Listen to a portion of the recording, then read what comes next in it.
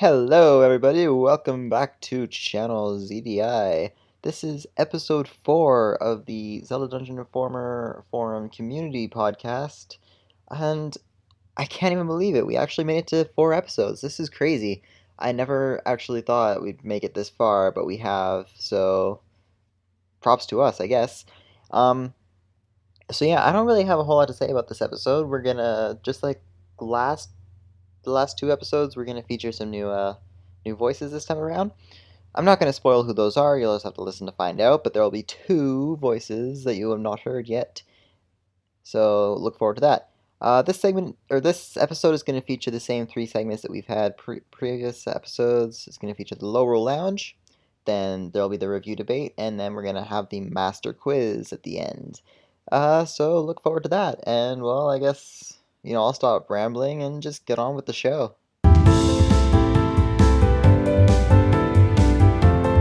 just wonder what Ganon's up to. Hey guys, welcome back to the Lorule Lounge. This is the first segment of episode 4 of Channel ZDI, the Zelda Dungeon Informer community podcast featuring me, myself, and I, and some other members of the community. They're just random people. They're here with me today talking about stuff and things in this podcast about things and stuff. So the people who are here today joining me in this show about random shit are 2 people you've never heard of, and even a new voice who has not been on the podcast yet as of this point, but that is about to change. So say hi to Cheddar and Pace, and then give a warm welcome to Athenian200, who is joining us this time. Today we're going to be talking about something or other, and that something is the 2017 Electronic Entertainment Expo of epic proportions and stuff, also known as E3 2017. Basically, we're going to be doing some predictions and such, plus what we want to see and the like. So, anyway, let's get into it. So we're going to go over what we want to see, what we don't want to see, and then we will actually think what we actually think we will see. So starting off with what we really want to see at E3 this year, I'm going to ask Athenian to start off the discussion since he's new. So what is it that you are hoping to see at E3 this year? Well, I'm kind of hoping to see some RPGs, like maybe some more things in the Fire Emblem or Final Fantasy series or, something along those lines of, and maybe, action-adventure games, RPGs, and then maybe, maybe more Xenoblade, perhaps. Yeah, so did you get all that? Yep. Okay. I guess I'll go next because I'm already saying stuff. What I'm hoping for is, obviously I'm hoping for another Metroid game, the announcement of that. Reggie's been making jokes about that before, and I really hope that's eventually going to happen. Maybe some word about what they're doing with Pokemon on the Switch. I know I only care about Nintendo, by the way, so screw everyone else. Those are probably my big things. What about Petter? What are you hoping to see? I'm definitely with Chase on the Pokemon, for Switch in particular. Pokemon, yeah, that's definitely. Pretty good. Yeah, I definitely want to see something like that if they have anything going on. And yeah, I'm also mostly like a Nintendo fanboy. However, there's one other franchise that I do follow, which is Assassin's Creed, and I'm hoping for a sequel to the movie. Oh no! Please not that. No, but an announcement for the next game, and it seems like the next one will be set in Egypt, but like ancient Egypt. But I guess we'll see. It's gonna be fresh now, I think, with the Assassin's Creed franchise, because it's been an annual franchise for a pretty long time, ever since 2009 up until 2015. They made at least one new game each year, but they didn't come with one last year. So I think it's good that they actually gave it some time for this next game. So I'm having high hopes for that, and I hope to see something of it on E3. That seems fair. I think what I'm really hoping for the most is just, I've recently gotten into the Xenoblade series. Specifically, I played through Xenoblade Chronicles, like the first one, over this past year. I'm really hoping to get a full trailer and tons of info on Xenoblade Chronicles 2, because that game, from what little we saw at the Switch announcement, really good. I'm just hoping we get a lot more info and a really nice looking trailer on that. And I also really want to see a lot more of Super Mario Odyssey. I think that's the game I'm looking forward to probably the most that's coming out for the Switch later. And we haven't seen much of it, so I want to see, what that cap feature is, like the hat he wears that he throws like a boomerang and jumps across it to the platform. I don't know how physics work. I'm pretty sure that defies physics, but I'm really interested, hoping to see a lot more of Super Mario Odyssey. But on to the next topic. Is there anything that you guys really don't want to see or really don't care for that you just really don't want to see at E3 this year?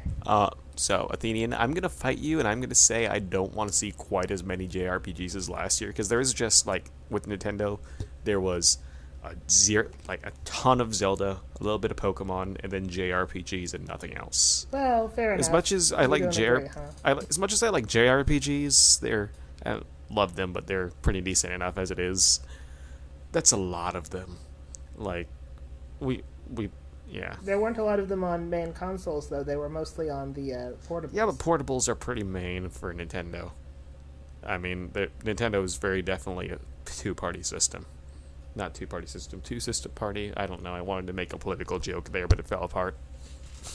Mm-hmm. Oh, I guess I actually just want to add to what I was saying before.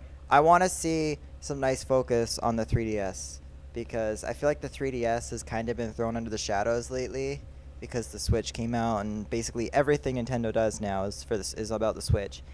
So I don't have a Switch, so I have little reason to be excited about the upcoming Switch games. I just really want to see a lot from what's coming for the 3DS. I want to see them expanding the library even more. But let's continue on with the stuff you guys don't want to see. How about Petter? Is there anything you don't want to see? Well, I don't think there is. I mean, show whatever games you want to show. I'm just not gonna look at the games that I'm not interested in. Like, that's kind of my philosophy about it. I don't really care either way. I'm sure I'll be pleased with a Nintendo's presentation somehow. I usually am. One thing I wanted to talk about was the fact that Nintendo is once again not doing a press conference in favor of doing a Treehouse presentation like they did last year when they revealed Breath of the Wild. I don't think that's necessarily a bad last thing. year's setup was great. It's not a bad thing. I think It's been like this for years, though. Yeah, I think Nintendo should just. Well, they were doing Nintendo Directs before. Nintendo Directs weren't very interactive. Their Treehouse presentations are a lot more Right. interactive and have more involvement with the Exactly. people. Mm-hmm. I'm really excited to see what kind of presentation they do. But not just for Nintendo. Like, what about the other gaming developers? Is there anything that you guys are looking forward to from the other gaming developers that are going to be at E3 this year? I don't have an Expo and I don't have a 4. I don't care. Fair enough. I don't know about Ubisoft, like exactly how their presentation is going to be made, because I don't really keep up with that. But I mean, I'm sure they'll have some sort of presentation. I don't care if it's on a stage or if it's in a treehouse or whatever it is. Yeah, it's going to be something, I know. Well, I was kind of interested in Square Enix, and of course I guess Ubisoft. I mean, those would be the two other developers other than Nintendo I'd be interested in, I guess. Oh yeah, Ubisoft. Something else I do not want to see from Ubisoft that's also somewhat Nintendo. Just can't please say nothing about the Rabbids game. Cancel it, please and thank you. Mario and Rabbids? Yes. That is not a thing that needs to exist. Come on, man. Okay, I'm going to play devil's advocate here. I am looking forward to that. I think it's going to be a great game. That's something, I mean, it's not something that I would have asked for, but it's Neither would definitely, obviously it hasn't been officially announced yet. It's just a leak, but it's as good as confirmed. Exactly. I think it's a really good idea, honestly. I just kind of hate the Rabbids because they knocked Rayman into the background for so long. And that's fair. I hate Mario because I don't think he's actually that awesome of a hero, and he's basically the mascot of gaming, and I think he doesn't deserve that title. Well, no, so. but he's classic. That's Rabbids true. are just minions with But ears. literally, he's a plumber. He's an Italian plumber. The Rabbids are so much more creative. Yeah, but I mean, I think he was actually based on a guy named Mario Segal. He wasn't even that original idea. They kind of based it on their landlord. See, exactly. Mario, I mean. Exactly. Mario is not very original, whereas the Rabbids are. But I love Mario.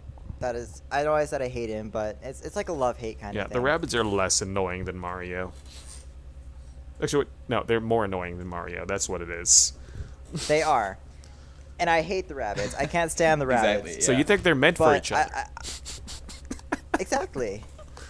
I think it's gonna be a great game. I really do. I'm gonna give it I the honestly benefit of think the doubt.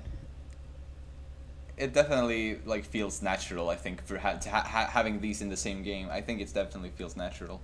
Maybe even more so than Mario and Sonic Yeah. that we had in the Olympic Mario Games. and Sonic doesn't I even think make this- sense. The only reason they make sense Yeah, because of the this meta matches of better. console wars.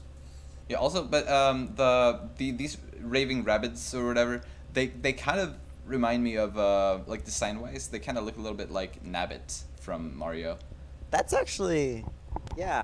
I mean, smaller and not the same, but I feel like they're kind of similar. So.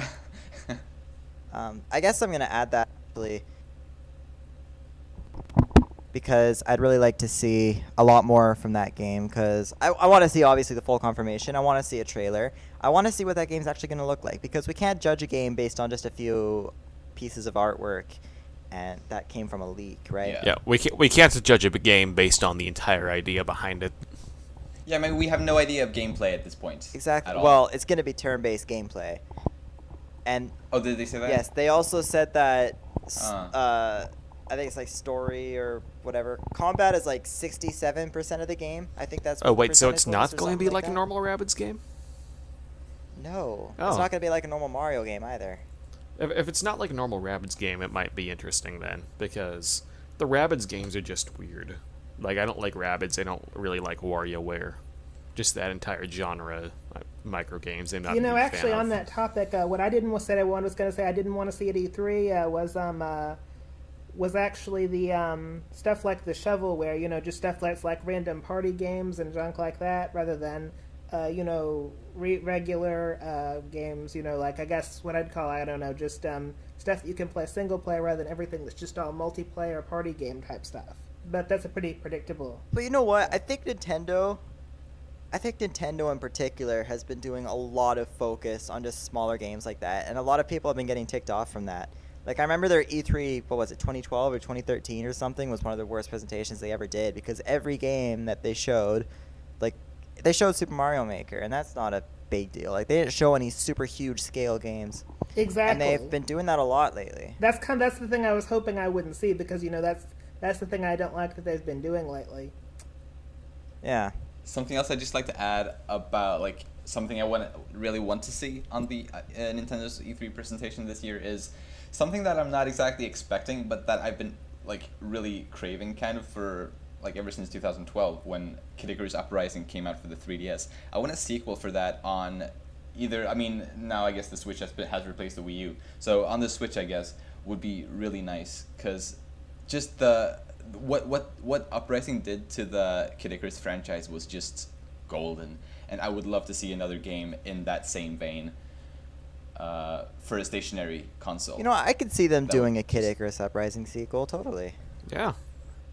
Yeah, I mean, I just don't want to get my hopes too high because I adore Kid Icarus Uprising. I mean, it's a good game. It's an amazing game, in my opinion, anyway. So yeah, I really like to see like a sequel to that, like in the same gameplay and same style. Yeah.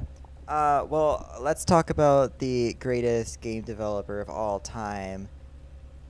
Have you guys looked at EA's plans? I'm not really a follower of the EA games. I think the only thing they've ever come up with that I wanted to play was I think maybe a SimCity game or something, and that's because they bought Maxis. Well, I mean, I will admit. Now, who's looking forward to an E3 presentation full of sports games? Yeah, that was actually kind of included in the category. When I said shovelware, I kind of meant sports games. Yeah. Yes, I concur strongly. Of course, that's probably because I'm not as into, Actually, Yeah, I haven't checked yeah. out anything. Actually, let's talk about the Switch presentation. Any other games that you think about from there that you'd want to see?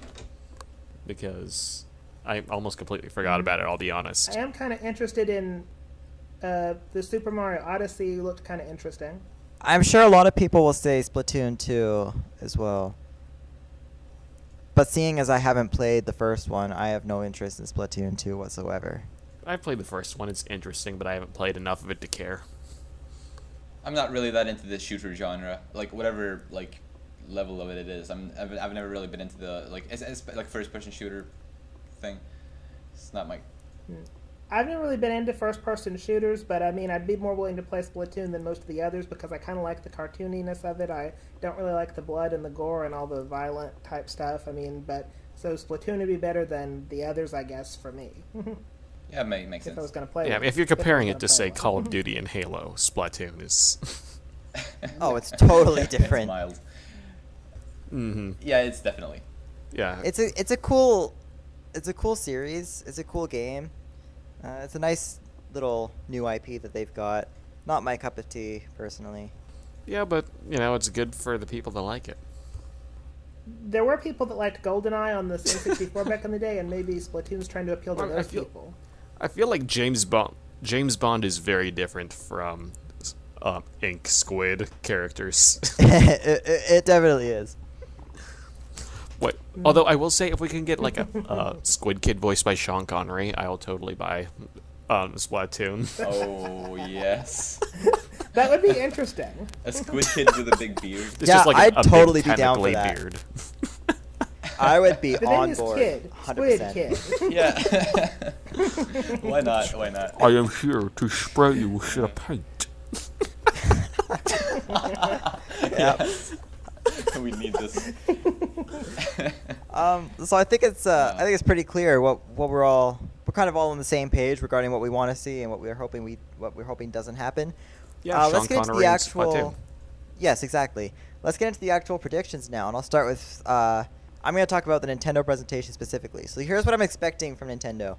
I'm expecting a full trailer for Super Mario Odyssey. I'm expecting them to reveal a lot about that game. They're going to talk about it a lot. I'm expecting a trailer for Xenoblade Chronicles 2 because that's supposed to be coming out later this summer, supposedly. That was the rumor. I don't know if it's true. I'm expecting to see some Fire Emblem Warriors. I'm actually really excited for Fire Emblem Warriors. I'll probably play it because I love Hyrule Warriors, as Petter knows. Yep. I'm not sure what else to expect. I'm sure we'll be getting some information about some small games. They'll probably spend a lot of time talking about some small, minuscule, obscure game that nobody cares about, and they'll probably dedicate half an hour to it.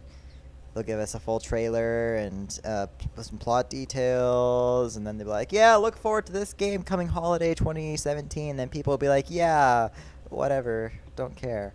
So yeah, that's what I'm expecting from Nintendo specifically. Regarding other companies, I really don't care about anything other than Mario and Rabbids. And from that game, I'm expecting a full trailer because it's supposed to be coming out in the summer. So we'll be getting a full trailer for that. We'll be getting lots of details. I am really excited to see what that game is actually going to end up being. But so yeah, what do you guys prediction?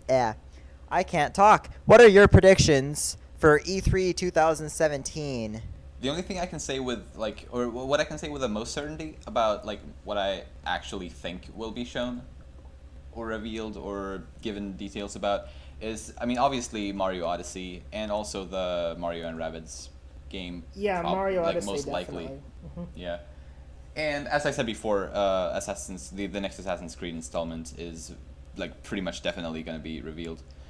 I think out of what I'm into, I guess that's what I'm definitely what I definitely think will be there. Not going necessarily to Nintendo, but going over to Square Enix. I'm gonna guess we're gonna see a lot of Kingdom Hearts 3 because that's super hype game. They'd be stupid not to bring a ton of it to E3.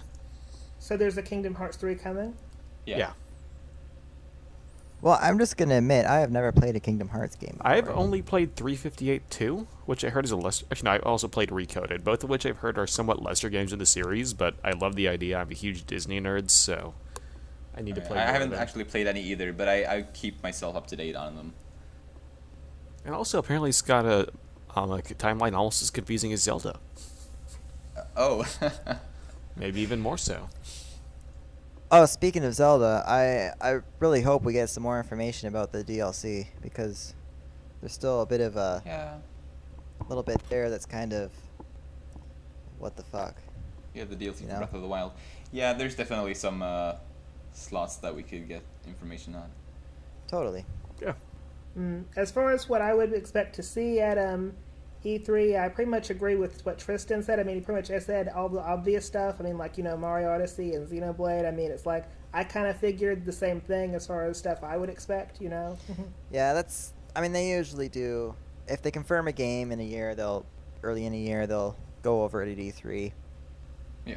Mm-hmm. Yeah, that's what I found too. There's obviously still going to be some new titles. Well, how about this? What are some particular series that we haven't necessarily had a new game in for a while, like series that have kind of been ignored? Metroid. Metroid. If they revealed a new Metroid game that wasn't that god awful, whatever it was, Federation Force. That we Federation got, Force. That, as long as we don't get something like that, like if they show some Metroid stuff, I'm gonna be one happy person. Mother 3. So what about Kirby? Yeah, actually, that's definitely something worth bringing up, because this is Kirby's 25th anniversary, I think, this year. And Oh yeah, a Kirby game would be pretty good too. yeah, what do we have for Kirby for his 25th anniversary? Absolutely nothing. We should have something, shouldn't we? Okay, so I've found the list of Kirby games that are being released this year. So there is Team Kirby Clash Deluxe, which is already out on the eShop I think it's for 3DS. And it's just an expanded minigame from Robobot. And then there will be Kirby's Blowout Blast, which will also be eShop, which is also an expanded version of a minigame for Planet Robobot. And they've teased a Kirby multiplayer action game, apparently, but coming for the 3DS this holiday, but we don't know anything about that other than just a tease. That we'll probably get something on that on E3, hopefully anyway. Yeah. Certainly. Oh, I'm surprised they haven't announced anything for Kirby for the Switch. Yeah, I mean, there's a lot of franchises that haven't made it onto the Switch yet. Which is surprising. Of course, it's kind of new, so that's natural. I'm just glad Zelda got the full treatment for the Switch. Yeah. I'm glad it was a launch game too. It seemed like that was one of the problems with the Wii U was it didn't have a strong launch title, and I think glad they got that. It had Nintendo Land, and they hyped that game yeah. up. They completely overhyped it. I remember they spent It's a tons fun of party time game. It's talking. actually a very, very fun party game. It's fun, but I remember they spent a ton of time I have talking that about game it. actually sitting on my shelf unwrapped. I mean, it's still wrapped in its little Oh, plastic. no. I've never even opened Wow. it. My roommate has it, so I played it. It's interesting. I'd call it more of a proof of concept than an actual game. Yeah, kind of. I especially like yeah. but the Luigi's Mansion game, the Luigi or the Mario Run Chase game, and the Animal Crossing games are like so fun to play in it. Like if you have a group of friends home. I actually really like the Mario Chase game. Yeah, and I'm gonna give props to the Metroid game too. That was fun, from what I remember. I admit it's been over a year. Oh yeah, yeah. I vaguely remember that. I've mainly just played the 3 that I mentioned that I've had the most fun with. Zelda Battle Quest, though, I like the idea, but I never enjoyed it too much. it wasn't fun. But speaking of, Yeah, I mean, actually, look. you can talk. It's fine. Oh, sorry. Yeah, I was just gonna say about the Nintendo Land thing, though. Yeah, it does seem like it showed a lot of potential, but they never actually made any games that built on those mechanics very well. Yeah, I guess It so. would have actually been pretty cool to see an actual co-op Zelda game that was like the way they did it in Nintendo Land. Yeah. Speaking of Zelda, I'm just gonna throw this idea out here. It's not necessarily something I'm expecting to see, but I would definitely add it to something I would like to see. A full 3D Zelda game for the 3DS, a la Ocarina of Time or Majora's Mask 3D. Don't get me wrong, I love A Link Between Worlds. It's one of my favorite Zelda games, and I love what they did and how they incorporated the 3D. But it doesn't accurately demonstrate what the 3DS is capable of. And I mean, Hyrule Warriors Legends is good, but I'd love to see an actual 3D Zelda game for the 3DS. And I don't necessarily expect them to show something like that off at E3 this year, but it would definitely be unexpected, and it would catch a lot of people's attention, and it's definitely something I would love to see. Yeah, I am 100% totally. with you on that. I was just gonna say, I think it'd probably need to use a Wind Waker kind of art style though, and maybe look more like a GameCube game, because the 3DS is capable of doing 3D, but it may not necessarily be capable of doing like modern 3D. It might be like more of a older style, like a little bit somewhere between the N64 and the GameCube kind I'm of okay thing. with That's that. kind of what they did with Ocarina of Time 3D though. Is like that kind of style. Yeah, I think so. I think it would. So I think they could probably make something that looks about as good as Wind Waker. I think they could probably do that. Yeah. Maybe it could. Yeah. Maybe like a sequel to in that 4-game thing. Like, I mean, they had Spirit Tracks and Phantom Hourglass and Wind Waker. Maybe they could make like another game in that series as a 3D game for the 3DS. Only this time it's going to be like Wind Waker itself. That would be pretty cool, actually. Yeah. Yeah. And Wind Waker was one of my favorite games, so I'd like to see Yeah, I love that. Wind Waker. It's one of my favorite games, but that's just something I've been wanting for a long time, is a proper 3D original Zelda game on the 3DS. Yeah. Yeah, Nintendo did a lot of remakes and really didn't make a lot of new games. It seemed like they just kind of put all their effort into Yeah, for the remakes. Yeah, longest that's like time. all the past few years were. I mean, the Yeah. only game we got A Link Between Worlds and Triforce Heroes, and those are both relatively small. And I mean, And one A of Link them is Between pretty much a Worlds remake. is they're both basically remakes, essentially. I mean, Triforce Heroes is something that they threw together. A Link Between Worlds is essentially it's basically a spiritual successor. That's what I like to call it. To A Link, Yeah. kind of a remake. Kind of like actually, I think the Minish cap was very similar to A Link to the Past too. I think most of the 2D Zelda games they come up with tend to be very similar to that. Yeah, kind of. I guess. I don't know. But yeah, that's just I would just be like head over heels if they did something like that. It'd be a total curveball too. Yeah, I know exactly what you Yeah, mean. especially seeing as the only actually 3D games or 3D Zelda games we've had for 3DS were remakes. It would be nice to have an actual new game. Yeah, I mean they're So that's both fine. good remakes, but Yeah, absolutely. Ocarina of Time 3D and Majora's Mask 3D both look amazing. They're both great games, although I still prefer the N64 Majora's Mask over the 3DS version. Yeah, to You each know what their I own. think though? It's gonna be so hard going back to the smaller scope Zelda formula after having played Breath of the Wild. See, I have not played Breath of the Wild yet, so I do not feel the same way. I've gotten so spoiled playing Breath of the Wild. Yeah, my contention is kind of that it was kind of actually I kind of prefer the older formula because the open thing is a little bit too much for me. Actually. Oh, I see. Yeah, it's definitely it's- not it's for each their everyone. own. It's a little overwhelming sometimes. Exactly, that's the word. I love it. See, I haven't played it, but from what I've seen, it reminds me more of something like Skyrim than Definitely. Zelda. Exactly. It still feels like Zelda though to me, but after having played it, I feel like like every other 3D Zelda game like has kind of it's gonna be.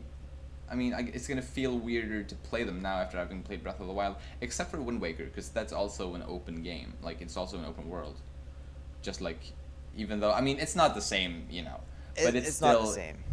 It's still like the same sense of like one large world, even though it is, you know, what it is.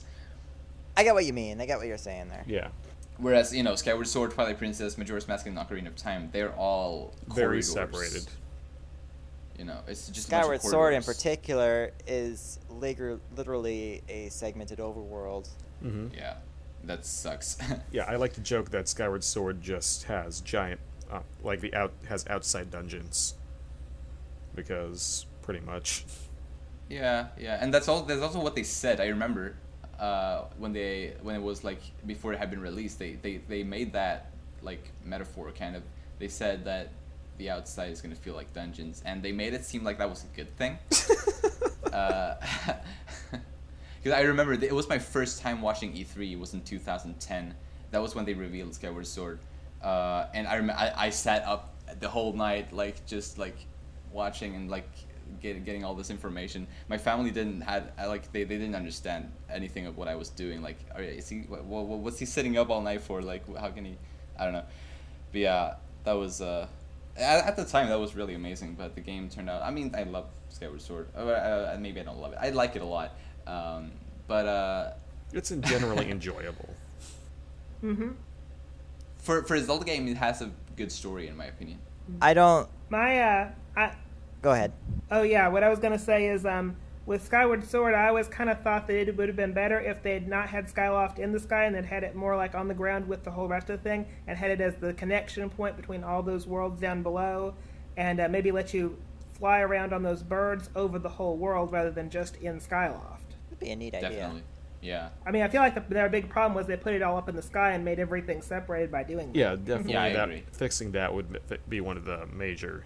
Yeah. Would fix some of the major problems.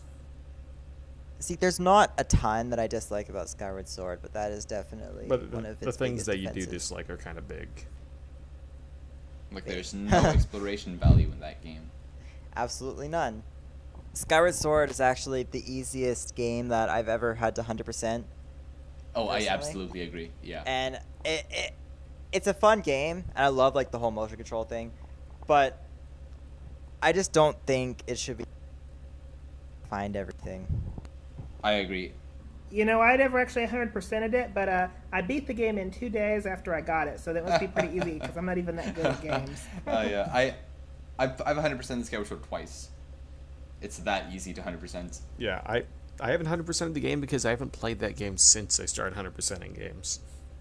The more I think about it, the more I want to put Skyward Sword lower on my list of favorite Zelda games, honestly. There's just something that makes me want to keep going back to it. Could it be that it's Zelda? I have a lot of fun with that game. It is very fun. And I mean, It's funny, I love the art style too. Oh, I adore it. And I do like the fact that it has like the sword play. You know, I like the fact that you can it feels sort of like you have a sword. It does. Yeah, definitely. It's funny, like, the group here, the four of us talking now, are definitely not, like, we're not representing what people actually think of this Yeah, game. we're not representing the thoughts, actions, and feelings of the Zelda Dungeon community or the general Zelda community as a whole. Yeah, because we're all pretty fond of it. Most people are not, as far as I'm aware. Yeah. I think it's because some people have issues using the motion control, whereas I'm used to it because I've played Okami, and Skyward Sword seems so much better than the way Okami controls. For me, I just have a Okami's low such a bar good for what's a game. good game. I'm going to be honest. Okami is such a good game. Man. It was good, but it's like it was very hard to control without the Wii Motion Plus. It was kind of Is hard that to the game control. where you have a paintbrush? But I liked it though. Or is it... Yeah, Yeah, the paintbrush. you play as the wolf. It's a Amaterasu. Mm-hmm. yeah. That game's kind of hard to understand if you don't know anything about Japanese mythology, but It wasn't understanding. It was just drawing the strokes was kind of hard at first. You know, it took a while to get practice. yeah, it takes some getting used to for sure. But that game is super fun. Like it. Oh, it When you is. first start it, the art style is kind of questionable. Like it can be kind of hard to look at first, but then, you know, once I started playing it, I totally warmed up to it, and I thought that game was just seriously underrated.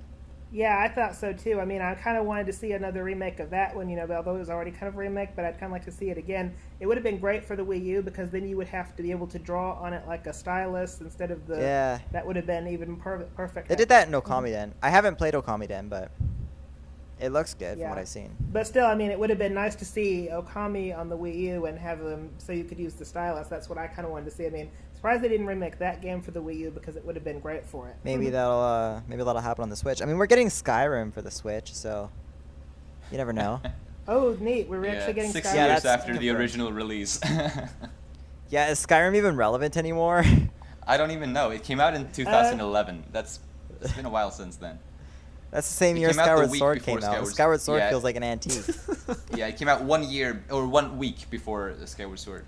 Oh, so it's older than Skyward was- Sword. 6 years ago. Yeah, just by a week though. Like they're I remember porting it a came- 6-year-old game to the Switch because they finally have a Nintendo console that can handle that game. Well, which kind of makes sense because it can handle Breath of the Wild. It can probably handle definitely. Yeah, Skyrim. the overworld in Breath of the Wild is slightly larger than Skyrim. It's just funny that, Yeah. you know, Skyrim came out during the 7th generation when they had the Wii still, and 2 generations later, they finally have a console that can play it for its full potential. Well, if you put it Yeah, that that way, really it sounds goes to super show. lame. Although I actually had the game on my PC anyway, so I didn't have to have a console that could play it. Because, I mean, games like that I tend to not play as much. I mean, I like to have my Nintendo consoles and my PC, and that's just what I do. Yeah, for me, I'm not much of a PC gamer. I had it for 360. It was fun. I did not have it for PS3. I rented it for PS3 back when renting games was still a thing from the video store down the road. Yeah, they've tried to kind of curtail renting. They've kind of tried to curtail renting, haven't they? Yeah. That's not a thing anymore. Yeah, they don't like people to rent their games No, anymore, because do then they? that takes away from people who are buying the game. I think that's one of the reasons why they want digital to be take off, is at least partly because they know that'll kind of kill rental. Except you can copy any digital game from one system to another completely free. Yeah. But then it won't necessarily run unless you have the right codes and stuff, or security I guess keys. it depends. Like, online play and stuff might be more difficult. I don't know. Like, I got Borderlands on my PS3 because my friend bought it, and then he transferred it to me. So we both had a copy of the game, and I got a free copy. It was pretty sweet. Nice. That's kind of neat. Yeah. Yeah. Do you guys think we've strayed slightly off topic? Oh, extremely. A little We bit. always do. So it doesn't Yeah. matter, though. We've How got do we get on this we got topic? some good discussion. Actually, I guess it's technically Skyrim's on topic because it's a Switch game. So, That's true. Exactly. They'll probably show Skyrim. oh, most definitely. They'll probably give us a trailer to show how it's actually going to look on the Switch and how it's going to play. And meanwhile, they're also That would going to be- give us yeah, a I would trailer like that. for The Elder Scrolls 6 because they're just going to do that. You know what? Or at least an announcement or something. Because, like you said, it's been 6 You think years. they're going to spend... You think they're going to spend so many resources porting Skyrim to a brand new console just to announce its sequel? Yeah. Actually, I guess that would make sense, though. I mean, it has been Now a that long I- time since Skyrim, so I Now mean, that I think about it. It's It is it's kind of been time 6 for- years. it is time for a next sequel or a next entry in that franchise, Elder Scrolls. Honestly, I would love another Elder Scrolls game. I've played Morrowind, Oblivion, and Skyrim, so I would love another Elder Scrolls game. I haven't played any of them actually, but I think it'll be interesting to try Skyrim now that Man, it'll you're come to missing the out. Switch. You're missing out on some good games. You need the I good guess. stuff. You should buy a Skyrim Switch. It's gonna be good. I will probably, yeah. Now that I'll have a console for it. So yeah, that was our discussion on E3, and we have about 10 minutes of E3 and 20 minutes of other not E3 stuff. So yeah, that's an E3 discussion on E3 2017. E3 stands for Electronic Entertainment Expo 2017. The year 2017. It's the 2017th year since year 0. It is the year we are in. That E3 2017, by the way, starts middle of next month, middle of June, so it's coming up quite quickly. So put your socks on and get ready for that, because it's gonna be a pretty good time. I think we're in for a really good E3 this year. My body Anyway, is Reggie. I'm gonna stop being really awkward right now, and I'm gonna pass the show over to Petter for review debate. So thanks guys for joining me, and enjoy the rest of the show. Woo!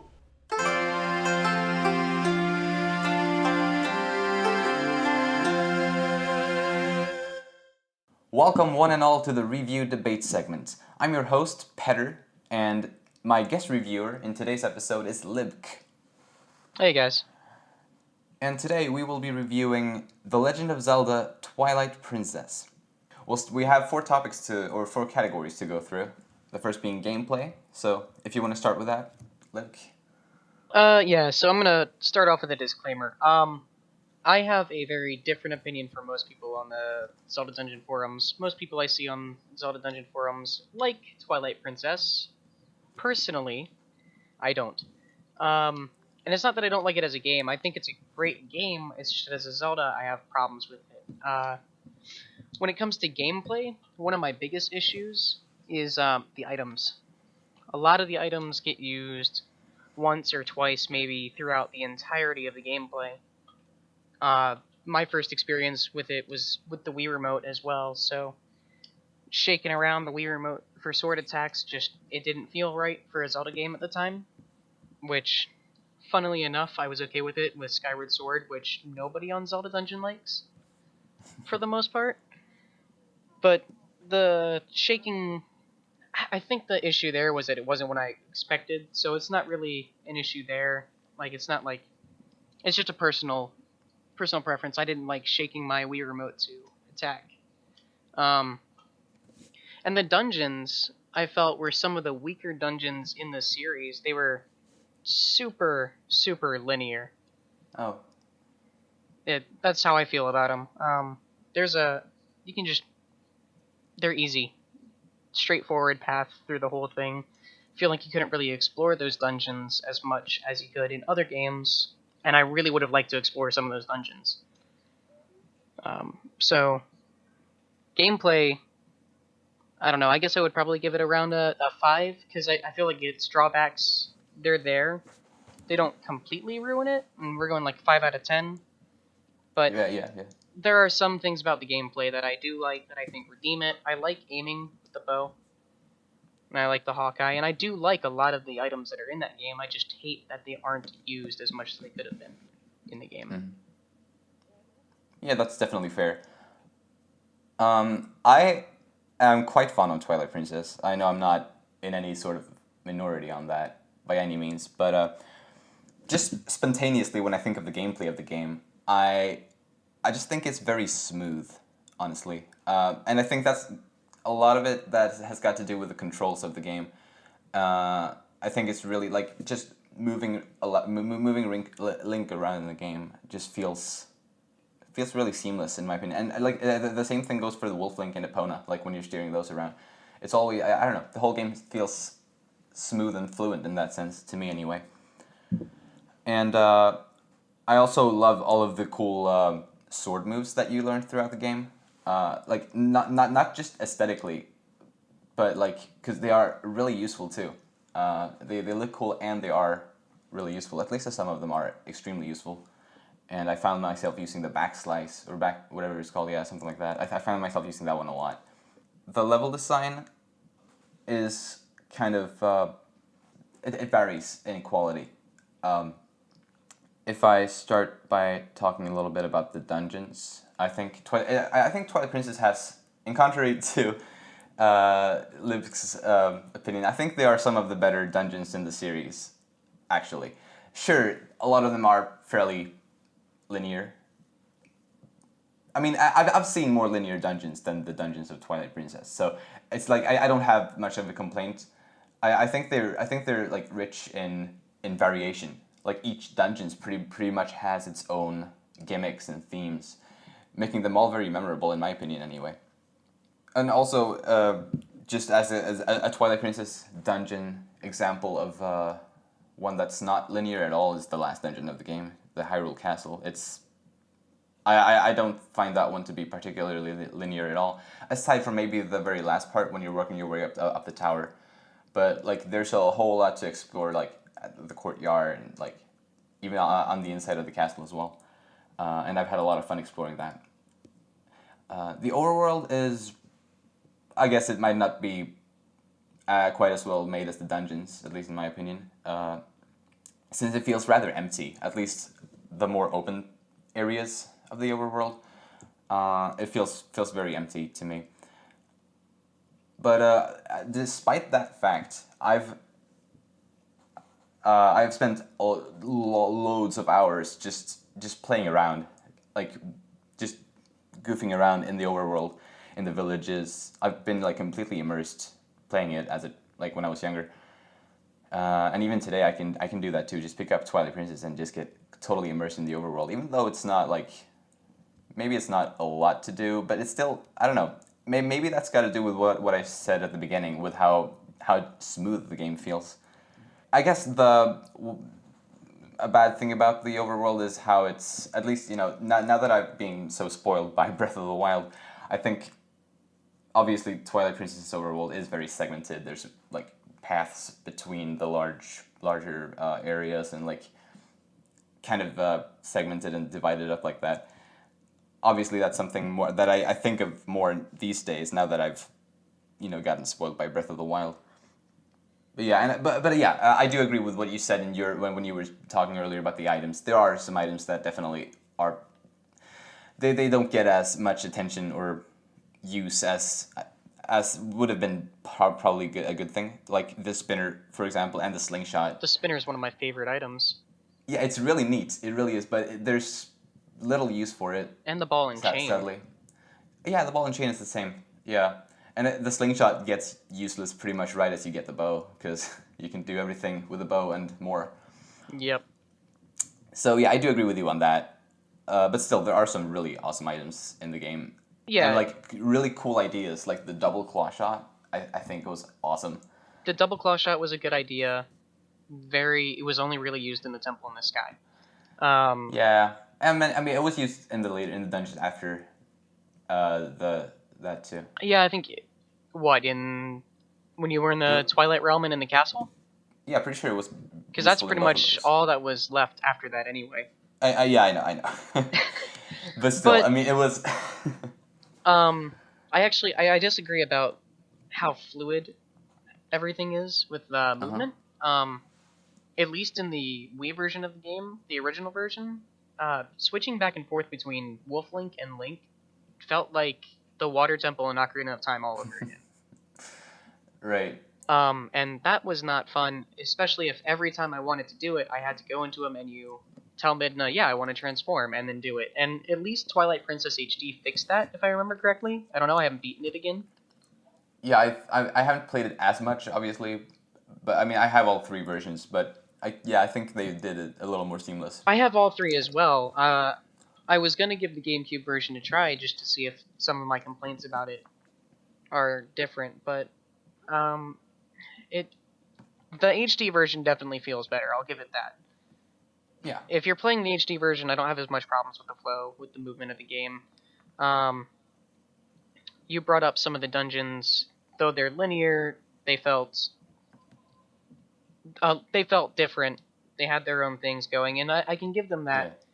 But when I'm looking into the gameplay for the dungeons themselves, I'm not going to go with the aesthetic. I'm going to go with, are they a linear dungeon, or is it something I can explore? And even, honestly, even Breath of the Wild's dungeon, I kind of feel all their dungeons are a bit linear. All the shrines, even the Divine Yeah. Beasts, feel really... I guess the Divine Beasts aren't really that linear. There are a lot of different ways you can go through the Divine Beasts. Probably, yeah. But I they're mean, so the shrines short. They are, I mean... And I think that's just I a don't know. problem with newer Zelda games. Yeah. Not just... We haven't had a good dungeon in a Zelda game in a while, I feel. In a 3D Zelda game. The 2D Zelda games, they're all pretty good. For the most part. But I think, yeah, A Link Between Worlds had a lot of good ones, I think. Right. But I don't... Like I said, I can agree that aesthetically they're pleasing, and they've got their gimmicks that make them unique, that make them different. But I don't think they have as many gameplay differences as they could have had. I think they do. I mean, even, like, but when I say each dungeon has its own, like, theme and gimmick, that's not just aesthetic. Like, it's with the gameplay, items. too. And Yeah, and the items, and, like, say, the Forest Temple has the monkeys, that whole deal, for example. And in the Snow Peak Ruins, there's the Yetta and Yeto family. Like, there's that whole thing. for me, that's more aesthetic than gameplay, because every dungeon seemed like, find the key, find this special item, bring it back to the main center room. Every single dungeon in that game felt like, here's the center room, go get the thing and bring it back to the center room. And then you can go, with the keys you just got going to get the thing for the first part, you can now go get the second thing, bring it back to the center room, and unlock the things for the third path, and then go to the boss. Yeah, I guess a lot of them were. The like monkeys were like that. You had to go find all the monkeys, but there was like a set order that you found the monkeys in. You couldn't really do them out of any order. Yeah, a few of them were like you could do them in any order, but not many of them. Snow Peak Ruins was go get this ingredient, come back. Go get this ingredient, come back. Yeah, you're right. You're right. You had the Postals in Arbiter's Grounds that were go get the Postal, come back, follow the trail for the next Postal. Because a lot of the sections you couldn't get to because you had to find things on the way to other Postals. They didn't feel that much different in a gameplay standpoint for me, and I think that also didn't help me. It's the use of center rooms for each dungeon. Like even the water dungeon had a center room that you had to keep manipulating or bringing something to, and I didn't like that personally. I rather do like having a center room like that. I mean, because like at least for me, like when I think of these dungeons, the first thing I think of is the center, like the main room of each of the dungeons, and I don't know. I like having that kind of, I guess, familiarity with it, in a way. I don't know. It's like easy to define them. I don't know. I guess that's not really important. Something I do think, I don't think I mentioned it earlier. One of the bad things about the game, or about the gameplay that I find anyway, is its difficulty. I think it's way too easy. I think I can agree overall. there. It is definitely one of the easier games, and I think the hidden skills actually make it easier, which is kind of a point against the hidden skills for me.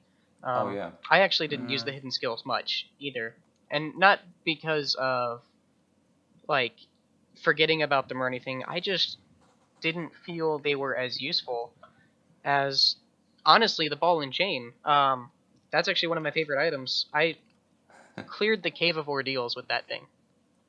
Oh wow. It kills pretty much everything you fight in that Cave of Ordeals. You can kill Darknuts with it. Yeah. I don't know. Yeah, I know it's really powerful and that it's effective and all, but it's also kind of slow. It is slow, and I mean, there's that downside there. Yeah, I haven't used it a lot because of that. I like to rely on like fast attacks personally, but yeah, I mean it's definitely a cool item, and I love that you're actually able to switch with like to use it as an alternative. I feel like the only hidden skill that I ended up using ever was the Fatal Blow, and that's because some things required it. Yeah, some things do. Yeah, and it's also really convenient. It is like, oh, I'm in this fight, I can just Fatal Blow things, but then I've also found skills hurting me. Because I'll accidentally use one of the skills and jump into the middle of a bunch of bad guys and get hit in the middle of it. Oh, I see. Yeah. Right. Yeah, I don't think it's the hidden skills that make the game too easy. I think they could have gotten, like, they could have probably, like, I don't think it's done something them themselves that make them easy, but I think it only further makes the game easier, if that makes sense. I mean, yeah, it does make sense because they are definitely convenient, like, and they each have their good uses. I think Wind Waker did them better. Yeah, Wind Waker they had they worked in a very different way. Like, you had to parry, and then you did some kind of move there. But that's a different game. Yeah, yeah, that's for another review. Yeah. I guess, or sorry. No, I was gonna say I think that's all I have to say about gameplay. Yeah, me too. So we'll move on to the story, and I can start by sharing my thoughts on that. As far as Zelda games go, I guess the Zelda games don't usually have amazing stories, in my opinion, but I think Twilight Princess is certainly an exception to that. It's not like jaw-dropping amazing, but for a Zelda game, I think it's a very good story. I especially like the whole backstory with the Dark Interlopers and the Twilight Invasion. That whole thing has intrigued me like ever since I first played it when I was little, and also the actual events obviously going on throughout the course of the game. I mean, with I guess like the whole Zan's entire scheme, like everything he does in the scenes when you meet him. Also Midna's scenes with Zelda. I think there's two at least, like during the game. If you don't count the very end, there's two scenes with Midna and Zelda that I think are really, really well made. And speaking of Midna, I think I speak for a lot of Zelda fans when I say Midna is definitely one of the best companions we've ever had in the Zelda game. Her backstory with Zant and everything, that's really interesting. And just as a character, she's really interesting. My first time playing through the game, I was kind of like sort of suspicious of her. I thought she would turn on me or something. But yeah, and I think she is a big factor in the game that really helps give Twilight Princess its soul that a lot of people really love. And another thing I value about Twilight Princess is the fact that Link originally set out on his adventure to rescue his friends as opposed to rescuing the princess. Obviously, it's not completely unique in this. Wind Waker also, he doesn't set out to rescue the princess in Wind Waker either, for example. But yeah, I really like that he sets out to rescue his friends, the friends from his village. I guess it hits me especially hard, or I like it a lot because I guess friendship is one of the most important things in life, in my opinion, and I guess it motivated me more in Twilight Princess with the story. It motivated me more than it would have if I would have set out to rescue a princess that I barely knew. So yeah, that's my general thoughts on the story. How about you? The story, I will admit, is better than a lot of Zelda games' stories, because most of the Zelda games are, princess is in trouble, go rescue her. Yeah. Almost all of them are like that. With the exception of maybe Wind Waker, Twilight Princess, and Majora's Mask. Yeah, you're right. Nothing beats Majora's Mask's story, in my opinion. But my issues with the story are, the biggest one is the pacing. The pacing for that game is really, really weird. I found the pacing in the beginning decent. Getting, all the pieces to the mask was decent with the pacing. Mm-hmm. And it feels really slow when you're getting the pieces for the mirror. Afterwards, the story just seems to slow down from there. Nothing's really happening. It's just go do dungeons. Whereas with the first 3 dungeons, there are things happening all the time between each dungeon. And then once you finish getting all the pieces to the mirror, you go to the Twilight Realm, fight Zant, and suddenly, now you have to go to the castle and fight Ganon. And one of my biggest issues is also with Ganon. He feels shoehorned in as the antagonist. I feel if Zant escaped somehow and Wade was just waiting at the castle for one final confrontation, I think that would have been a better ending to the game than Ganon. Go ahead. Yeah, no, I actually used to share your thoughts on that, like the whole how Ganon seemed kind of out of place, like as if they kind of just threw him in there last second. But I don't know. In more recent years, I've actually come to value Ganondorf's presence in the game more, for various reasons. First of all, Zant could never have escaped or invaded the Light Realm without Ganondorf's help. Ganondorf lended Zant his powers to make him into what he became, into the villain he is in Twilight Princess. And it also, I mean, we had seen Ganondorf. We had seen that cutscene of Ganondorf being sealed in the Twilight Realm. That was about halfway through the game. We got to see that. So I don't know. I personally like having him in the game, and I think he fills his role as a good villain, and I think he's pretty intimidating in the scene when he's sitting in the throne room right before the battle, like the last battle. I think that was very well made. I think if they just created some other Twilight artifact for Zant as an explanation for how he got his power, that would have worked better for me than Ganondorf. Because I feel they rely on Ganondorf too much as an explanation for why things are going wrong in Hyrule. And now that Skyward Sword is out, it now kind of validates it. But I feel like it's too much of a fallback. And like I said, I feel that fight in particular just came out of nowhere. You're done in the Twilight Realm, go to the castle and finish the game. Yeah, I mean, I guess if there was ideally a little bit more build up to Ganondorf. then I think the story would have paced itself better. And if getting the shards of the mirror was if there was just a little bit more going on between each of those shards for better pacing, then yeah, I don't think I would have had as much problems with the story's pacing. Characters, though, I feel there are only 2 characters that really have any life to them. Luckily, one of them is around you all the time, and that's Midna. Yeah. Which is kind of redeems it a little bit, but the other one is Zant. Pretty much any of the other major characters in any of the cutscenes, I feel, were lifeless.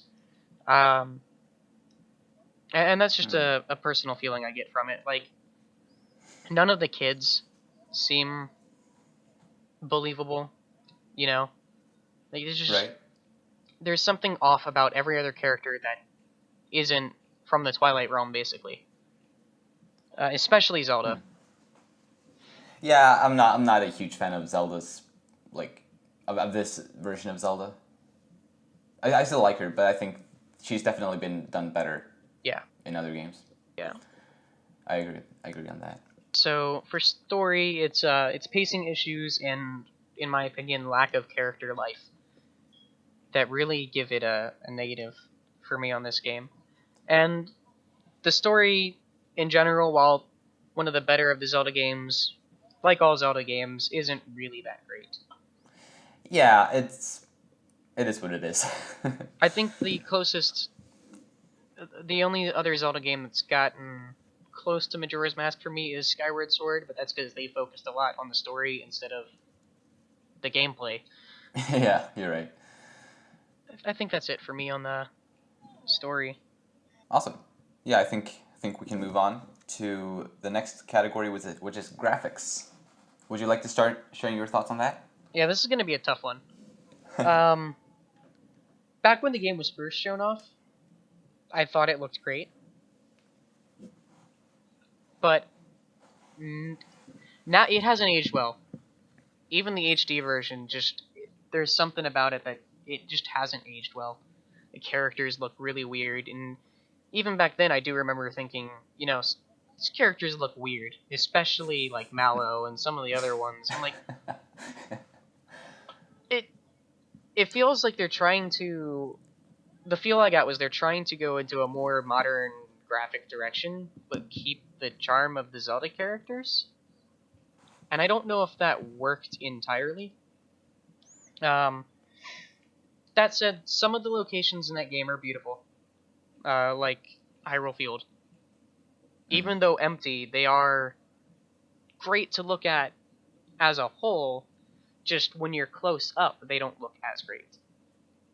The castle from a distance looks amazing, but when you're actually up near it, it doesn't look as good.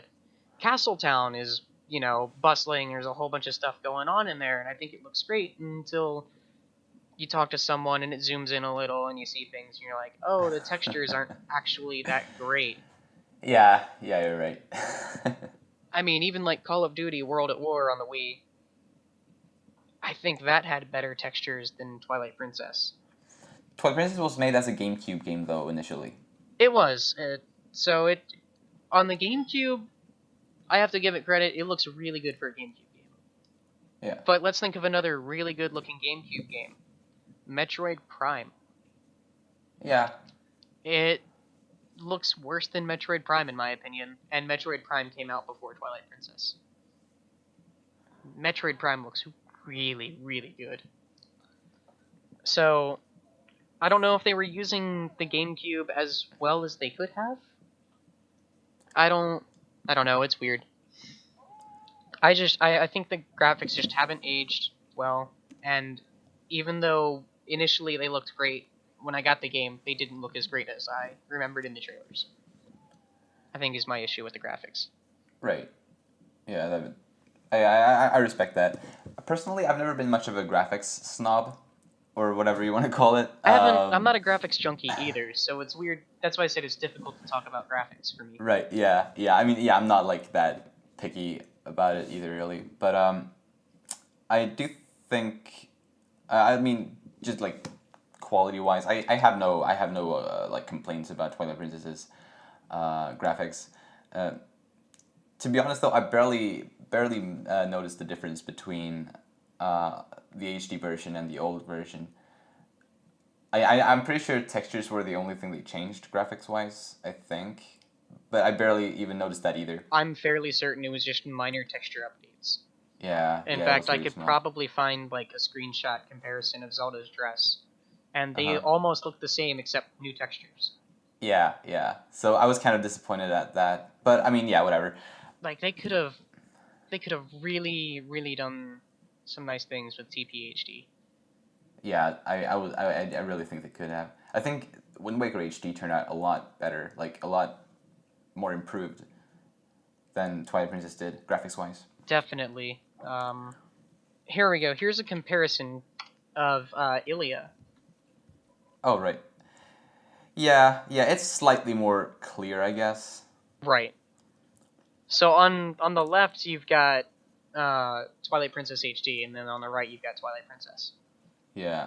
Although, you mean, it's not something I would have, like, if I had just seen one of the pictures, I would not have been able to tell if it's from the HD or the regular Right. version. And then on top of that, but now that you can tell, the difference is, while it's there, it's still very minimal. Everything's crisper and clearer, and that's about it. Yeah, exactly. It's really nothing more than that. And in fact, I think she looks a little bit stranger in the HD version. Somehow, yeah. Because I guess it's clearer. maybe, yeah. I guess the characters weren't made to be that clear. The I don't know. characters work because they're blurry. Yeah. But yeah, I do like how they try to go for a more realistic looking art style in Twilight Princess. I mean, it's not realistic looking. Like, none of the characters look as if people would in the real world, obviously. But I don't know. It's still like the surroundings and just the general, like, I guess how things look. It's definitely more realistic compared to other Zelda games. Yeah, and like I said, I think they were going for like a cross of newer graphics with Zelda charm. Yeah, and I think they did a good job with that. It's definitely a fresh style, especially after having had Wind Waker just a few years before. It's very different to that, so I think that was nice. So just many having people the were diversity. angry about Wind Waker too. It was ridiculous. I know. I actually had several friends who were upset that it was a cartoon graphics. Why? You know, but Yeah, it was very different from what we'd ever seen in a Zelda game. it was definitely polarizing for some people. Yeah, I love it though. I love Wind Waker's graphics and art But style. I'm there as well. Like Wind Waker is a game that I think has aged way better. Definitely, yeah. At least graphics wise. Yeah. And also gameplay wise, I think. But yeah, whatever. Anyway, I think the animations in Twilight Princess are good. I mean, I don't have a lot to say about that, but I think they're good, and I think the character designs are also very good. Some of the character designs, I think, are very comedic. Admittedly, some of the character designs stand out to me. Yeah. Like Telma. Telma, she stands out. Yeah, that's a good word for it. She's a character that stands out. But some of the enemy designs are what definitely stand out for me in that game. Yeah. I mean, Midna's character design is really good, and she stands out a lot. The bosses don't stand out to me as much, but I think the design for the Dark Nuts is amazing. They look super badass. I don't think there was any better way for them to make those guys. Yeah, no, I that agree. game. I'd love to see them with a similar kind of style in the future game. But some of the bosses, I feel they cheated a little bit. The bosses feel like they're just upgraded versions of some of the dungeon enemies. Yeah, I mean, they're all huge, which I'm not very big a fan of, to be honest. I like to fight enemies that are more like the same size as the player character. Right. That's my favorite kind of video game fights, whatever. So I'm not overly fond of the main bosses of Twilight Princess. Yeah. The gameplay stuff for the main bosses was great, though. Yeah, Going back definitely. to gameplay, I really liked the one with the spinner. Oh yeah, that's a lot of fun. That one was just too much fun. Yeah. See, there are moments I've had fun with this game. Like, I want to throw that there. I've had fun with this Yeah. game. It's not that I don't like the game as a whole. I just don't like it as a Zelda game. Yeah, and I think that makes sense. It's like, I think it could have been named something else with different characters and still done okay. yeah, definitely, yeah. I think, well, I said earlier, I think Midna's art or character design is great, and I think Zant is also really cool. And speaking of enemies, as we did before, I think the Shadow Beasts are probably one of the coolest looking enemy designs in the game. I guess I just really like the designs of the Twilight, or however you want to pronounce that. Yeah, and I like those a lot. and back to like story, those are the characters that I like the best myself too. Is the Twilight characters. Oh, yeah. Yeah. And I think they do look the best. And maybe Nintendo was trying to put so much focus on the Twilight and their importance that some things got a little overlooked. Possibly, yeah, it's definitely possible. Yeah, because the Twilight Realm in itself, also when you got there, like to the Twilight Palace, It looked That better looked- than every other area in the game. it looked amazing. It really did. Like, I'm looking at it right now, the Twilight Palace, the Palace of Twilight, and, Yeah. you know, besides the same textural issues, it still looks really good. Yeah, just the idea of it, like the design of it. And Yeah. the dungeons themselves, the dungeon for the Twilight Palace, actually has probably the least textural issues, probably because of the design of the Twilight Realm. Maybe because it's so dark. It's. I think like it's you don't really also see it. it's also like all the pixelated stuff. You know, Oh yeah, it's got a lot of that it kind of fits design. with that pixelated design that the Twilight Realm has, and Yeah. because of that, it's one of the better looking areas in the game for me. Yeah, it's definitely, and it seems kind of futuristic, which is kind of fresh for Zelda, at least for this phase or this time of the franchise. We hadn't really seen a lot of futuristic looking things in Zelda, Yeah. so I think that was really cool. Yeah, I can agree there. Anything more to add on graphics? I'm looking through pictures, but I mean, no, I can't really add anything more to graphics, except I guess I think some of the icons look better than the weapons themselves. Oh. Because I'm looking at the icons right now, and I think some of them just look better than the weapons. Like the fishing rod icon looks better Oh, than yeah. the actual fishing rod. I suppose that may be the case, yeah. But I don't know. I think that's Yeah. it. Yeah, right. All right, so moving on to the last category, which is audio, music and sound and all that. I'll start with that. We should have a fun time with this. I think so too. Yeah, but yeah, I'll start. And I think Twilight Princess has an just utterly extraordinary soundtrack overall. It's got a few versions of old Zelda songs that like remade versions that I think are super awesome remakes, like the Death Mountain music or the Zora's Domain music, for example. There's also a bunch of new original tunes, obviously, that I just love to death, and that are in Twilight Princess. Some examples of that would be the music playing in the overworld and in Kakariko Village, in the desert, and the Hidden Village. I also think, and Midna's theme and the theme playing while Midna is ill. Like those are just a couple of examples of original themes in Twilight Princess that I think are just really good. And the sound effects, they're good too, in my opinion. I don't have too much to say about the sound effects. They sound like what they should sound like, so because of that, I don't have any complaints. And what spontaneously comes to mind is the ambient sounds, especially of the Twilight Realm. I think it's got a really like eerie, kind of creepy, mysterious feel. That is exactly what it should be in the Twilight Realm, and I think that was really cool. Once again, it's like something really awesome that's got to do with the Twilight people and the Twilight Realm. So yeah, in my opinion, just exceptional audio all around. Really good. So yeah, what do you think? Audio might actually be like the redeeming factor for this game. The audio is actually something I really like for this game, but It's more that I like the original tracks. The original compositions for this game are fantastic. Mm-hmm. Where I don't really like a lot of the remakes myself of some of the older songs in the series, you know? Like the house theme. Like it's not bad, but I would have liked if they came up with the new one. Yeah, that one isn't the. You know, It's not one of the more. It's not one of the memorable. more important things, I know, but for Midna's Lament is obviously one of the best tracks in the game. For sure. I'm listening to some songs as we do this. All right. But like, so here we go. Meet Princess Zelda.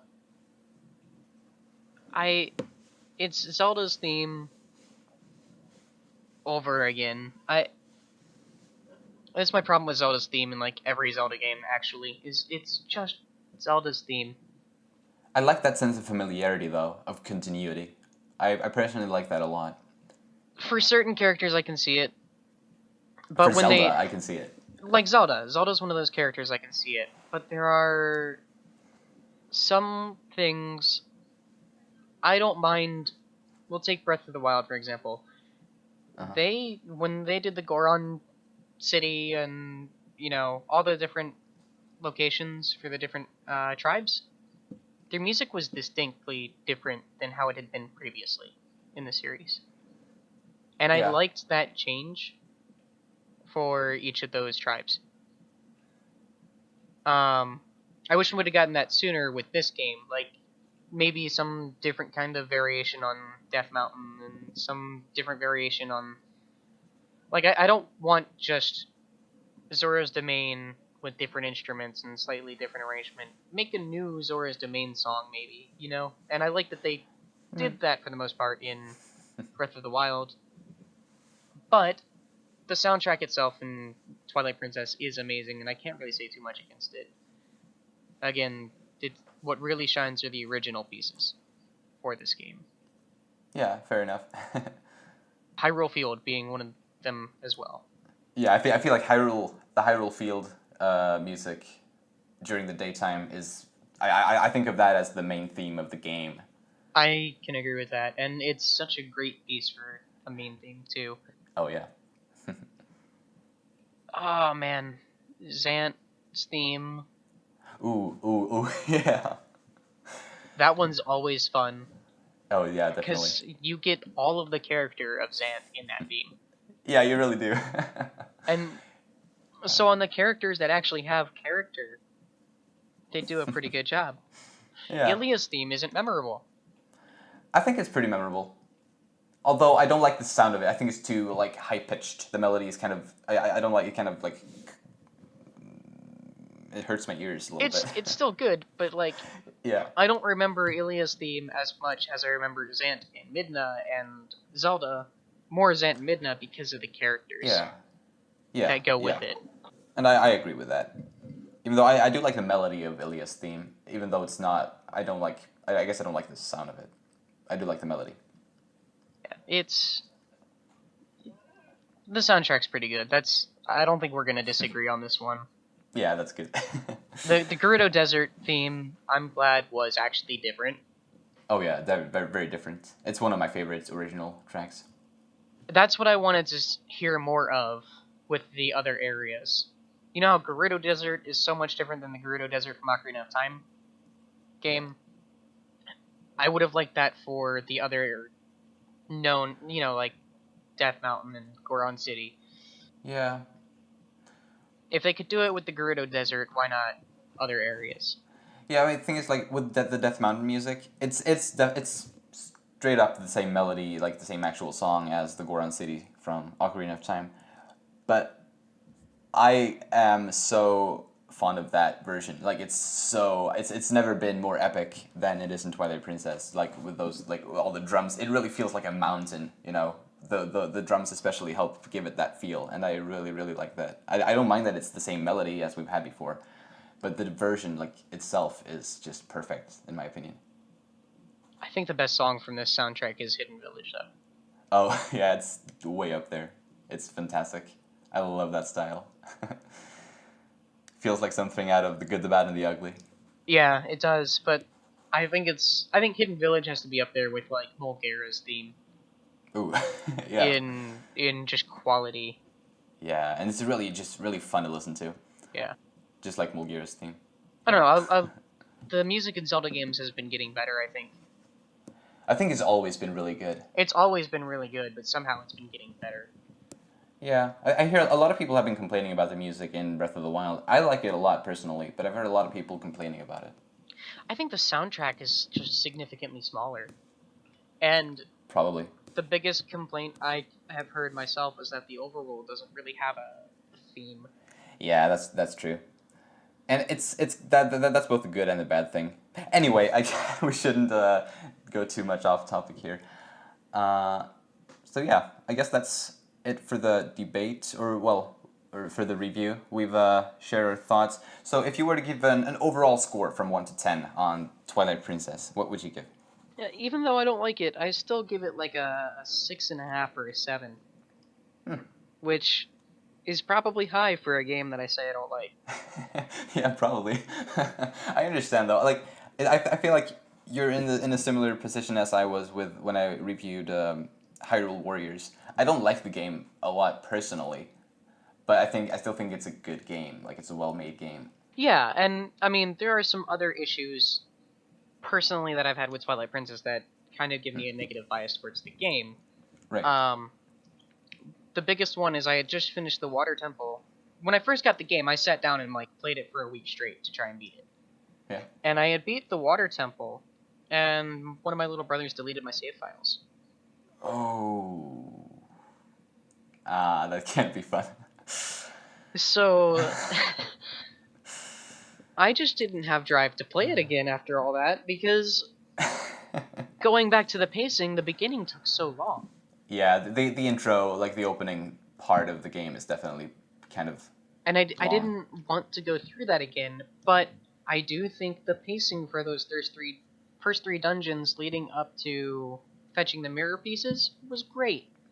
Yeah. It's just everything after that is super slow, and then you get hit by a truck with Ganon in the end. Well, yeah, to each their own, I suppose. My score of The Legend of Zelda Twilight Princess would be at least an 8.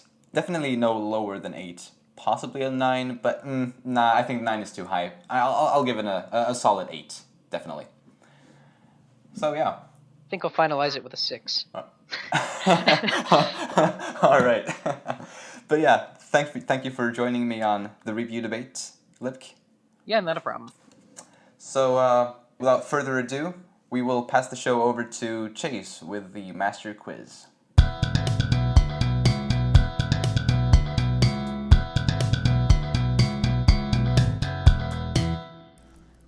And hello, thanks for that, and welcome back to the Master Quiz, where this time we have our champion coming in from last week, being only the second champion on this show. We have Mido. Good morning. And this week, to challenge him, we have the one, the only, Dark. Hey guys. Alright, so this week's theme is going to be Star Wars. There's going to be mostly inside the movie stuff, maybe a little bit of EU. We'll see where things go. I have my 5 questions. I hope they're all right. I think they're all right. But I thought they were all right last time, too. So, let's go over the rules of this really fast. So, obviously, it's a quiz show, so... did I ever actually say the name of the show, guys? I think you did. Okay, Although you did say last week's episode. Okay, well, in case I didn't say it, this is the Master Quiz. By the way. Anyway, so yeah, obviously a quiz show, so I'm going to ask a question. They each have a chance to do it. Whoever makes a little noise first that says that they want to go, then they get to choose the question first. And then if they get it wrong, it moves on to the other person. And then if both of them get it wrong, then I get a point. If I get a point, that means that either they are terrible or my questions are terrible. Or you're just that good. I mean, if I win, like, yeah. But so yeah, it's pretty open and shut. I hope you guys like Star Wars, and may the Force be with you both. Are you ready? You mean may the Schwartz be with me? Oh yes, of course. If sometime we should get you versus Libk on here and have a Spaceballs one. That'd be fun. Oh, he's got me there. All right, so let's begin. Yeah, by the way, what sounds are you guys going to be using for your buzzers? I know, Dark, I'm kind of hitting you with this out of the blue, so... I'm using push to talk anyways. All right, so yeah, just, what noise do you want to make for... Because it's faster than saying the answer. Are you just going to kind of pop in and say, like, hi, I have an answer? Huh? I'll go with the loud... Oh, sorry. Well, one of you has to go. So one of you choose. I'll make a ooh noise, like a ooh. Okay, Mido with a high-pitch ooh. Well, quote-unquote high-pitch ooh. And Dark, what are you going to do again? I honestly have no idea what I'm going to do. Alright, if I hear something that sounds like it's you, I'll say that it's you. Do like maybe a ding. I don't know. Yeah, a ding would work. You just want That's to say what I did ding? last time. As you can see, we are only the highest quality of podcast. So, you guys ready for the first question? Yeah. Sounds like a plan. Alright, so this is a pretty well-known piece of Star Wars trivia, but I'm going to ask it anyway. What was Harrison Ford's last job before the original Star Wars? Ooh. Okay, Mido? He acted in American Graffiti, right? No, that was after Star Wars. Oh, after Star Wars. So, now... All right. Dark, do you have an idea?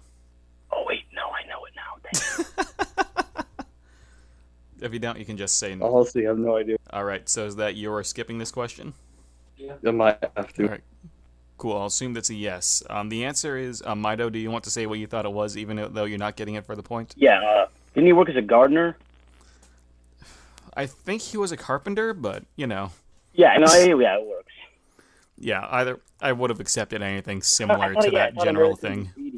Yeah, I thought it was actually... Wait, did Lucas start working on Star Wars before he did American... Because I thought American Graffiti was released first, but I don't recall offhand. Let me Google that really fast. Because I know he was a carpenter first. Like, that's absolutely... American Graffiti was 73. Oh. I didn't realize it was that early. I forgot. I think he did. I think he had a small part in American Graffiti. It wasn't like a big thing. I don't remember offhand. He was definitely in American Graffiti. Not one of the top names, obviously, but he's in there. Apparently he played Bob Falfa. Ah. Harrison Ford before Star Wars. Let's figure this out. Okay, no, that's not true, but... That's after Star Wars. Yeah. Although he was born during World War II. That is true. Okay. Yeah, apparently, I think the story I was thinking of was probably before American Graffiti or something. But yeah, American Graffiti was definitely before Star Wars. So I guess I'll give it to Mido. Because I don't know what to say at this point. Maybe. I think we could just let this one go. Alright, yeah. Now. I mean, we got 4 more because, questions. And yeah, we can keep it at 0. we could totally look this up, or we can just have people tell us how terrible I am in the comments. Alright, so moving on to question 2, with no points for anybody, I guess. Which Sith created the Rule of 2? Okay, Mido? Darth Bane? Correct. So that's a point for Mido, and that's about it at this point. Number 3. True or false? In the Star Wars universe, you always win if you have the high ground.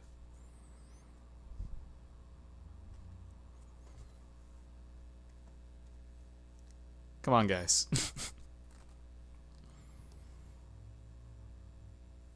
Nothing? Okay. Mido's saying something. Okay. It's true. It's over, Anakin. I have the high ground. All right, I'm Dark. He is wrong. Would you like to give an answer? False. Yes, it is false, because in Episode 1, Darth Maul has the high ground over Obi-Wan before Obi-Wan does the awesome flip thing. But, oh wait, yeah, that's right. I'm sorry, I just love Obi-Wan's voice. You and me, does it to me, guys. I'm sorry. Mido, you have failed us all. I know. I'm off the high ground. Dark, take it, please. I can't do this. Neither of you. Technically, I have the high ground. So yeah, there's that. So question. All right. Well, burning lava for me. Question 4: Who taught Yoda how to become a Force ghost? Mido. Qui-Gon Jinn? Yes. And all right. So you need this this last question to tie it all up, Dark. So you guys ready for this 5th question? Yeah. All right. What color is milk?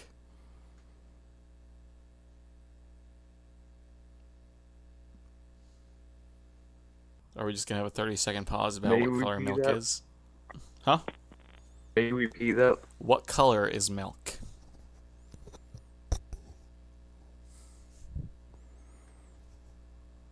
Nothing fancy. I am talking about the dairy product. What color is it in the Star Wars universe? Oh. I'll give you a hint. It's not white. I kind of figured it was not white. Yeah, we're both just kind of like, yeah, you know what? This is a trick question, guys. Let's hold back.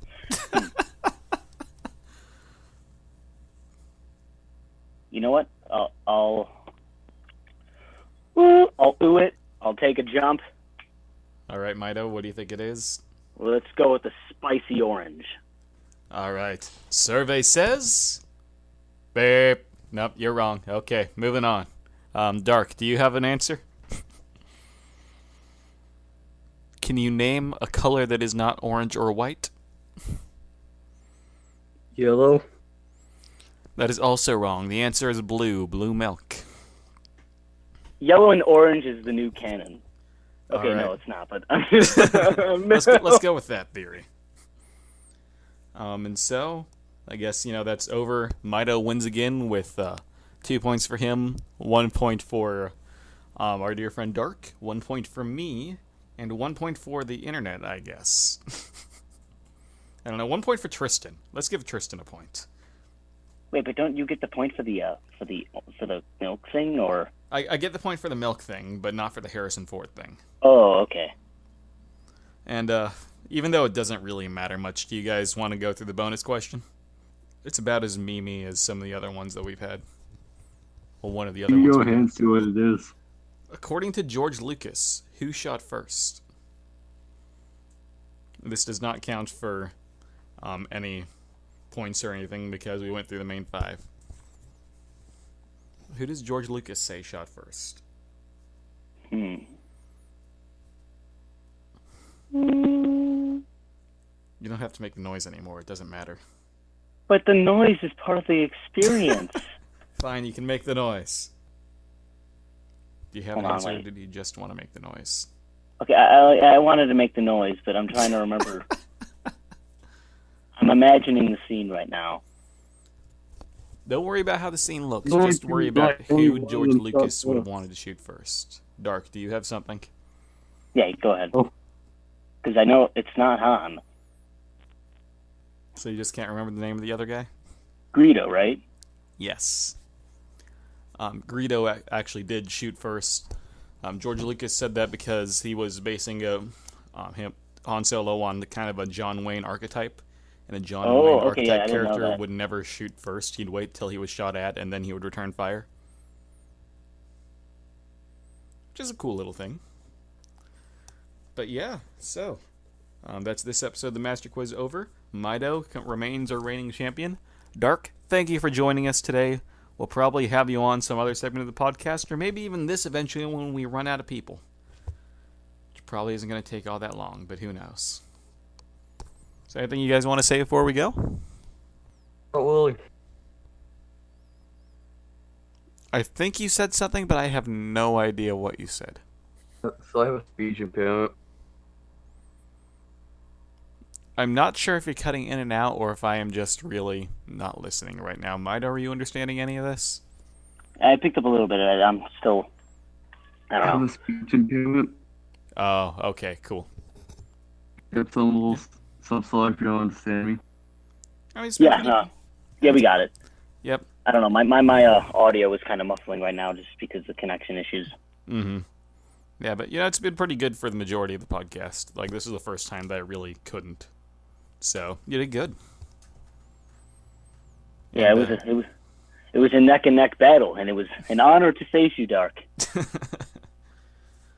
All right. Well, gentlemen, thank you for your time, and I guess I'll put it off to Tristan to say goodbye to everyone and talk High about whatever ground. he feels like talking about. Mido, I guess you do have the high ground, Mido. No, I don't have the high ground yet. I mean, I misanswered the question, so I don't get the high ground. You're standing on the mid ground right now. I don't know. I feel like I'll be. I think the lava's coming. Mido, I loved you. You were the best of us. Gay. See, that's a winner right there. I don't even know why that was the best part of the podcast just now. All right. So yeah, I guess we can't beat that, so we'll leave it there. Goodbye. All right, everybody. Thank you for tuning in. This concludes the show. So I hope you all enjoyed yourselves, and you can all look forward to the next episode, which will be coming out fairly soon. Before I really end this off, though, I want to give a few thank yous. So first off to Pendio and DekuNut, my co-hosts, for really all the work they've been doing towards this podcast, trying to make it something really big. You guys have been a ton of help, and I really appreciate everything you've been doing. Next, I want to appreciate Link Floyd, Libk, Mido, Athenian200, and Dark, because they're so far the guests we've had on this podcast, and they've really helped to get the community involved, and already we're going to have some new people in the next episode that are committed to it. So, this thing has gone bigger than I ever would have expected it to, and I have these guys to thank for really making my idea come to life, so thank you guys a lot. Lastly, I want to continue saying that we are looking for more people to be on this show, so if you would like to participate, if you're interested in doing something, then just send a private message my way or to one of the other co-hosts, and we can get it arranged. So just let us know, and we'll try to get you in. Anyway, thank you all for listening, and I hope you enjoyed the show. So tune in next time. See you guys later.